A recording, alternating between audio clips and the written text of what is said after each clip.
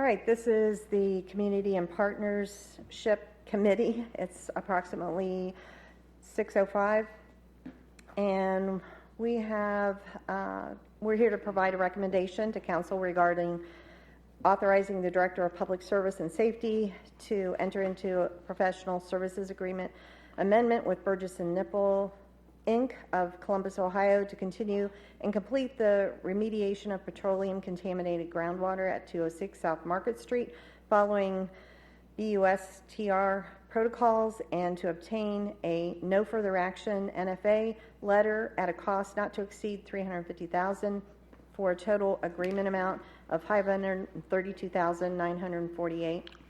And I apologize, I did not introduce myself. I'm Susan Westfall. Mr. Whidden, Mr. Schilling are here. Thank you, Madam Chair. This is actually a professional service agreement amendment. It's with Burgess and Nipple. They, in 2022, were awarded the initial agreement to do the environmental work. This is a brownfield site. And so they were awarded $250,000 to begin to do the exploration, do some additional analysis, and then start to get into the remediation. As they got into the remediation and talking to, of course, everything's acronyms, but it's BUSTR is what everybody knows it as. That is the state underground storage tank regulatory agency. They asked for some additional work and moving forward to the point where they want a no further action, which means this is the final cleanup and whatever demolition has to happen. Not that there is anything out there, but it is at the corner of Canal and South Market. That's that property there. And so we did talk to the law director.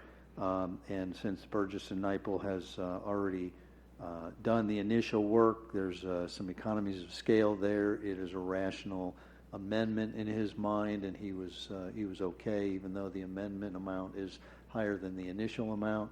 And so we are asking for additional authorization of $350,000, and we are not asking for emergency legislation.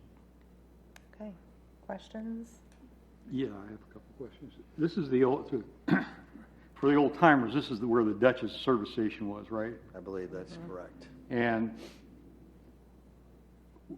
my understanding, if I remember, like we had taken the tanks out several years ago, right? We didn't, the second go around, we didn't, but evidently those tanks had been leaking, and this is what the problem has been, is that there's some residue left in the ground. And yeah, they did some monitoring on the east side of South Market Street, right across the street, and they weren't. I don't believe they're really concerned, but they do want to remediate whatever's there so it wouldn't continue to gradually leach down to the east and southeast, which is why they want some additional work. And and I guess I should also say the $350,000 is not general funds. Those are grant funds coming from the state for brownfield remediation. Right, taxpayer money from the state. Sure. And then, but isn't there?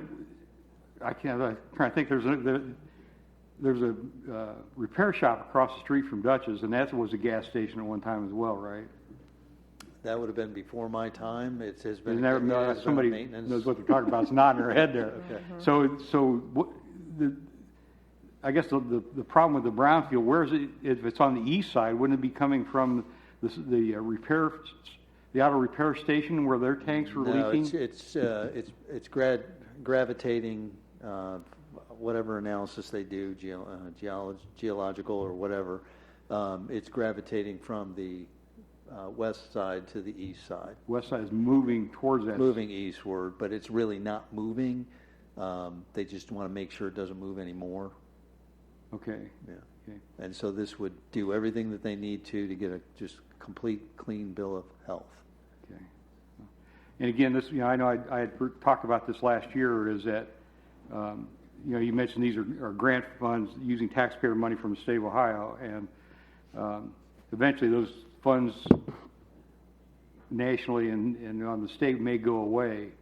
And I think that the city has to look at, I know we're doing a study right now on the service stations, the gasoline stations coming into town, and there must be some interest in building more of new ones, which means in all probability some of these older stations that we have in town, there's probably 5 or 6 of them, are going to disappear.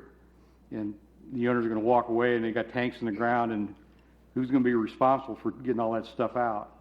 And I think it would behoove us to look at a way to collect some money from these, as these gas stations are sold to new owners, to collect some money in the process so that we have some backup money that if we have to come up with, well, this thing, one gas station's $500,000. We spent $250,000 on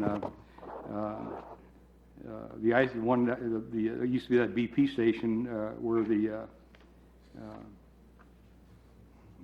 Duckies is now, and that was $250,000 to get his tanks out. And so, I mean, we got 5 or 6 more of these things that are older stations. I think we ought to take a look at some way to make sure that the city's protected in this, so we are, we have funds from other sources, preferably the owners of the gas stations now, to help with any remediation that may be required in the future.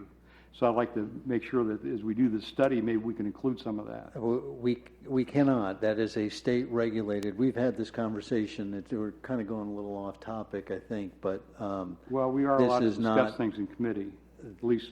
Well, we can debate that later, I suppose. But we've also discussed your ideas several times before, and have, I guess, told you more than once that Buster is a state agency. Buster is the one that's in control of that.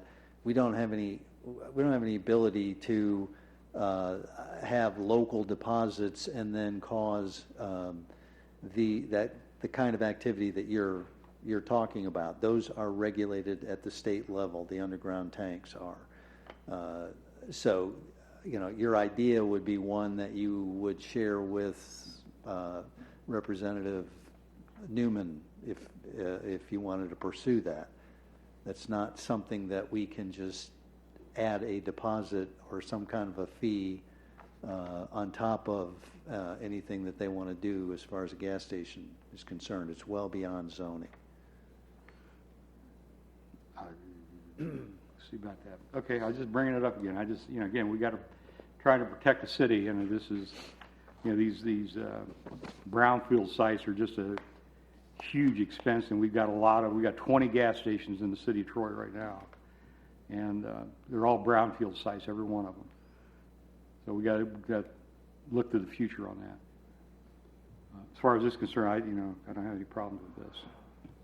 Other than the fact, like I say, it's been a long time on this one. Mr. Wooden? No questions. I was just going to clarify about who exactly regulated the underground tanks, but that has already been answered. Any other council members? No? How would you like to move? Move forward. Move forward. Unanimous? Yeah, move forward. All right, it's unanimous that we move forward. I do not ask the public. Oh, I'm sorry, public. Do you have any information you'd like to share about this? Nope. All right, then we can move forward. And anything further? No, ma'am. Okay, we're adjourned.